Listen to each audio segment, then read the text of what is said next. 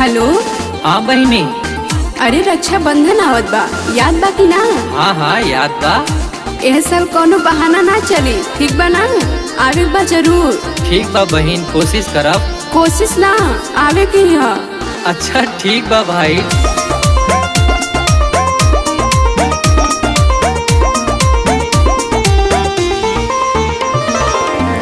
कान खोल के सुनाया बनो बहिनी के कहना, ना भूलई है भैया। ए भैया, कान खोल के सुनाया बनो बहिनी के कहना, ना भूलई है भैया। अवतार रक्षाबंधनमा ना भूलई है भैया। अवतार रक्षाबंधनमा ना भूलई है भैया। सुनो तर भैया, साली रिकॉर्डिंग स्टूडियो सूरत। ना भूलई है भैया।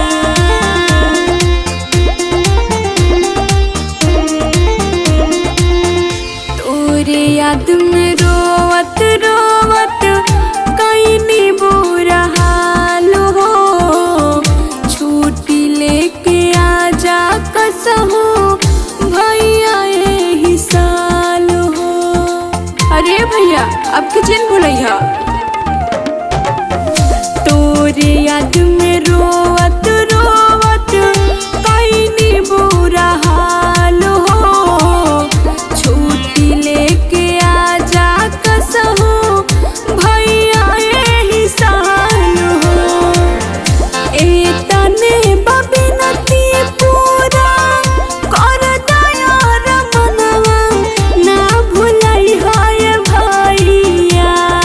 अवतार रक्षाबंधनवा ना भूलई है भैया। अवतार रक्षाबंधनवा ना भूलई है भैया।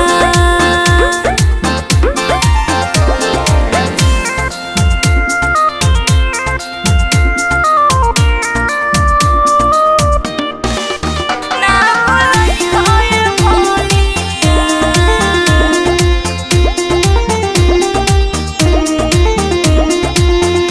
पूछ महजबूरी बहिनी, बानी बेकसूर हो। फौज के नौकरिया यही से रहतानी दूर हो।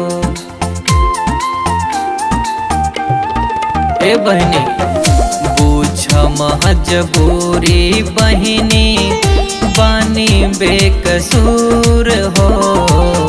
सीमा के नौकरिया यही से रहतानी दूर हो।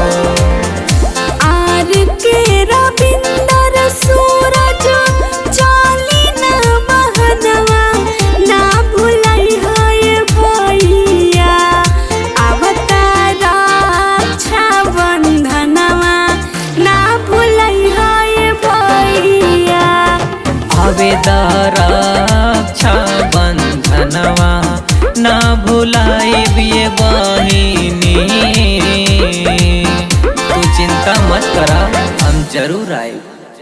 न जाने कितने फौजी भाई और हमारे जो शहर में जो कमाने जाते, कितने भाई अपने बहनों से राखी नहीं बनवा पाते, और कितने बहन हैं बेचारी जो अपने भाई को राखी नहीं बांध पाते, सिर्फ एक मजबूरी के कारण।